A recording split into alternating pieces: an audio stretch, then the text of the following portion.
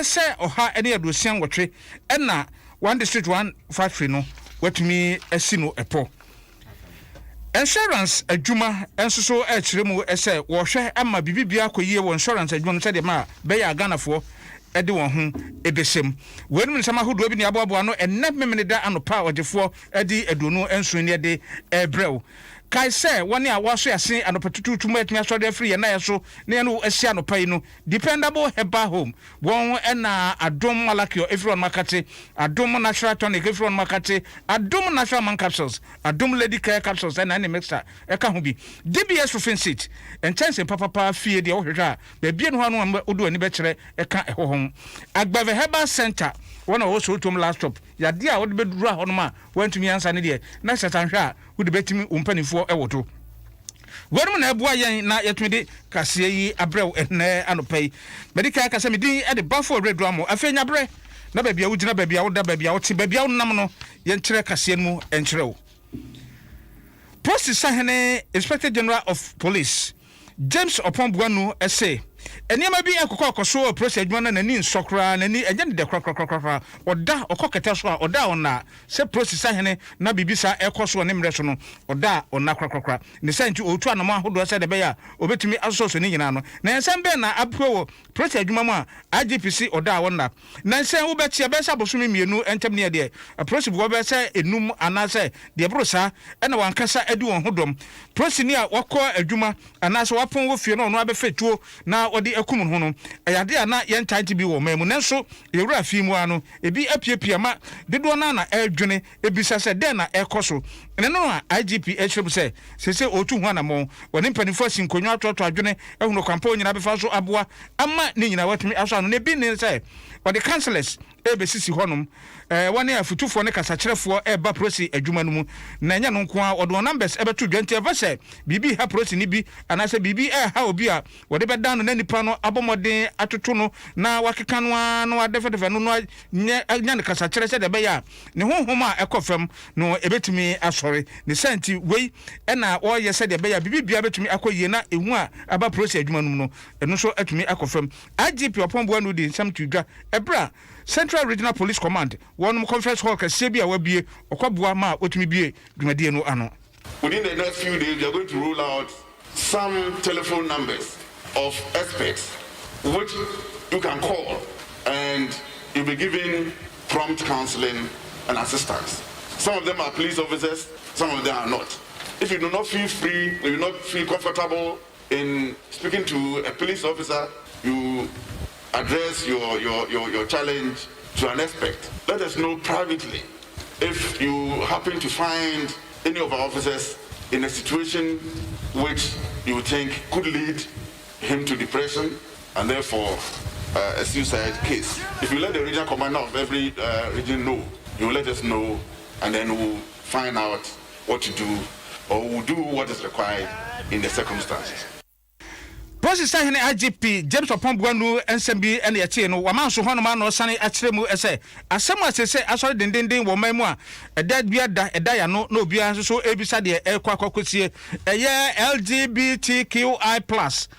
Ema ne ma oso be ware wo ho ema ne ma oso be ware wo ho no se de ho asem tie no se prosi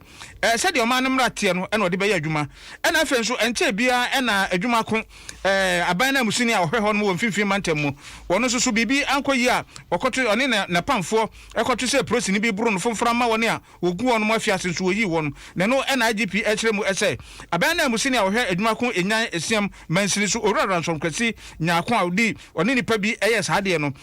emra etutu na namo enti ebrese mu no Ghana fo beti say wodon efa emra kwan so. The advice that the Attorney General has given, we will work on it. The Attorney General has recommended that we should prosecute the officers involved, the persons involved, not the officers, the persons who beat up the police officer. Alright, James Opombuanu IGP ena nene ena yeti ye no yentwa so na yenko yanim Omampani Akufo-Addo apampanimfo bi a woni no eba bebu omamekere na soafo na sede ensese ne emra no etie ne sese sampanimfo a wondi abetodwa ne nyina kwa emra se bedwafie appointment committee anim no toto no no ebise bisa won nsem ahodo bi a ene anamo obetu e wasoye a ode ase wonmo ensa no no soafo a omampani abonidin se omamehwe ahensem amamre ene osoma ahodo no ho ensem owura Ebenezakum wono eno akokopie appointment committee anim ne bra okopie mpanimfo anim no ensem bia ezenense ebobo boba na se eda edwa da bia egentre ha na ganafo ekere wo madwa bi kasatia ebinum so hase de wofo aso ebinum se da bi wedi anyije so kra de friend ne se LGBTQI+ ema ne ma wo so be wa wo ho ana so obeda ema ne mema wo se won so onde wo be ware no no ho asem no ye bisa opani no kire mu ese o mira me Christiani papa na sede mesom agidie etien wei ye soso enye yie ye gituma enye yie eno da nchen so a oman yi nso ye mra no etia ena omamra sese ye de adwuma oman mu no ada ne de pepe wo aware ho emra ye de adwuma oman mu no se aware ho ensem no eye obema ne oba pe ene timi ware wo man mu obema ene oba pe ene timi ware oman mu ye ni emra bi e kire se oba nware oba na be obema nso enware bema enti ono de ba bi emra no da no eho no de beto enti asemi kokopie mu e cabinet a enya de a ono one obetu fu say cabinet enyentum de biarada. Remember, today, under our laws, the thing we call LGBT and so on, what is the offense in it apart from unnatural carnal knowledge? What in the so-called LGBT activities apart from unnatural carnal knowledge, will be amenable to the criminal codes of Ghana? Beyond the Section 104 that deals with unnatural carnal knowledge, the laws on marriage also state clearly that the marriage is a union between a man and a woman. So, apart from even the criminal sanctions, there are also sanctions for engaging in that kind of conduct because that is not what our law prescribes. Thank you, Mr. Chairman. Now we are talking as lawyers. How is it possible for any other person, apart from a man and woman, to get married? To occasion an offense anyway? Which marriage registrar would have the authority to put a man and a man or a woman and a woman, admit them into a marriage? How is that possible under our law? Thank you, Mr. Chairman. That is Ora Ebenezakum oba behwe ahensem amamre ne osoma hodo no ho ensem a odi tu dwa appointment committee enimu no oda ho te ho ma no on sorry enasem a o kire mu bio no anaso odi ka ho ede se asem wo ya akwakwa se ball a ye boko benkum ne ababa nifa ye boko ye enimu ne ade abaye ti no ase de ye nya ne puma sibra ne se ye hu ba bi a ye de beto no o se ba bi asese ye de to ane se aban anasa oman yi ye benya ne sibre yankasa ye de betu dwa se sei ba bi a ye gina ni ye preso anasa ye preso na no nya ba bibibia ebetodin. The President of the United States of America, Joe Biden, has made very strong statements about LGBTQ rights as a policy advisor to the President on religious matters. Are you going to advise the President to boldly come out and, as a matter of urgency, put the hearts of Ghanaians at ease that LGBT rights will not be countenanced on our land and even in our territorial waters, so that Ghanaians are... The President has already made a statement in respect of this practice. And the chiefs, as you rightly said, and some of our religious leaders have also made an input. Our listening President, I'm sure at the appropriate time, will make the necessary interventions. Thank you. Will you advocate for stiffer punishments for those who even try to indulge in LGBTQ? Because, yes, he is in charge of our religion and he is going to take care of the chiefs who are the custodians of our customs. Are you going to advocate that as Minister for Religious Affairs, where I have already indicated that 71% are Christians, 18% are Islam, 5% traditional, and I mean, you see, Ghanaians generally, we don't like LGBT rights. But LGBTQ is too close to Ghana for comfort. LGBTIQ plus. Ghana mrebia na sha mamrebia ni hodoma esoso na soso mbia ni ho soso. Enuti say ye so manase ye nsom no osofo no ba behwe eya mamre ahensem ene osoma hodo no ho nsem owrebe ne dakum ni nchechemu ene ginabra esesa ban ni no under the to edwa appointment committee enim yada ho ewo mrase bejafi appointment committee ho no wa na yada ho egina no osofo a wono so bibibia toto ye omampani aboni din so mamehwe mfidinwuma ne adwade ho ensem so ene odura alan kodwochermatin alan k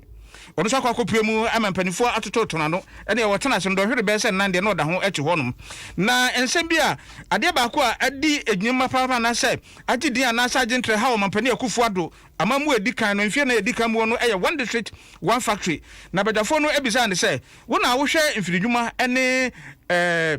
enyuma ahodo adwade ho ensem so na wenso eye one district one factory no pa de kwaso e no ena bibibia efa honum ebesi ne na mombe na motu ana se dwumadi ahodo ben na akoso a ene wasan betena ha se yensanyi wontumi na okire mu se oh ya ba na fedi kan de abo adwuma pa anye ye kra project be 2000 mpimienu ahasa ene ado no de one district one factory e de baye sanso so ena ni nyina mu no 2300 168 factories na eno so ena mu aba na se yetumi abue na adosian nan de ni nyina so so e ho ma se e adwuma e bobo adwuma papa enti so obi dina ba bi no ka se one district one factory e baye no enye bibia de a na nipa no yensi ne hu. Chairman, Mr. Chairman, again, I think it is appropriate for me to indicate that the One District One Factory initiative, which has been led by the Ministry of Trade and Industry, is one of the most revolutionary interventions to have been introduced in our country since independence. It goes to the core of bringing industry and development to the doorstep of the ordinary people. And that is why we've pursued with aggression this whole program of One District, One Factory. Currently, we have 232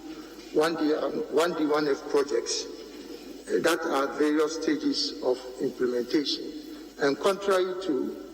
some of the comments that have been made, that the 1D1F is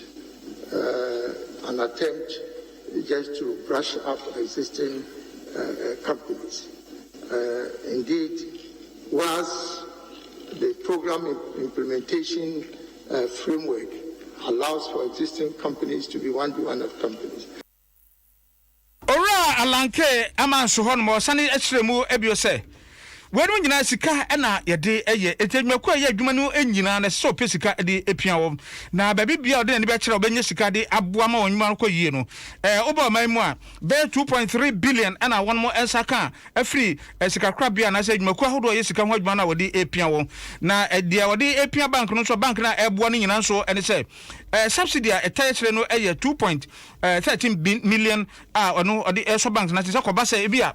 bank bi sika ekokodi adwumaku bo na bia bibi eko anko yia na sɛ adwumaku no ekoto na promu a obetumi de aboa bank na sɛ de be ya ne sika no enyira no kyerɛ mu sɛ wenu nyina ne sɛ aban no nani eku enwuma a ɔyɛ no ehu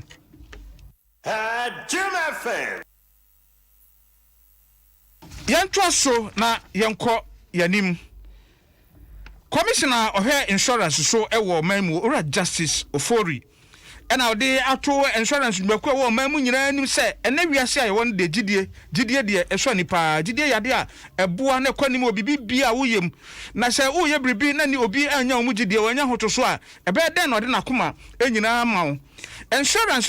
ebesi se bre de Ghana for do na okaso anya insurance usika kodu on hon ma cha obeje na kwakwa yasem ebi no hon ma mu nyina ya pobofo na mkeka nsem bebre efa insurance ho a enye fe enye de na no ena owura ofori ede afutu ama insurance mako ni nyina se obi biara emu na kwaba mu obi adwuma a woye na o manimu na ho o ma gidie mram o ma omanfo ni nya o maka so mafo nya omu awrehemu se de be ya wodo ontoma bebo ontoma no a wobetumi aka se oh me dem ho kwaba bata insurance adwuma ko we na me ho kire me no waboa me papa panti asomasi obenti ho so betumi eno onka kokodi edwa so anya ne sade a insurance na wo ye na cheche wanka ko wie ba bia ora justice of the nsami to dwabra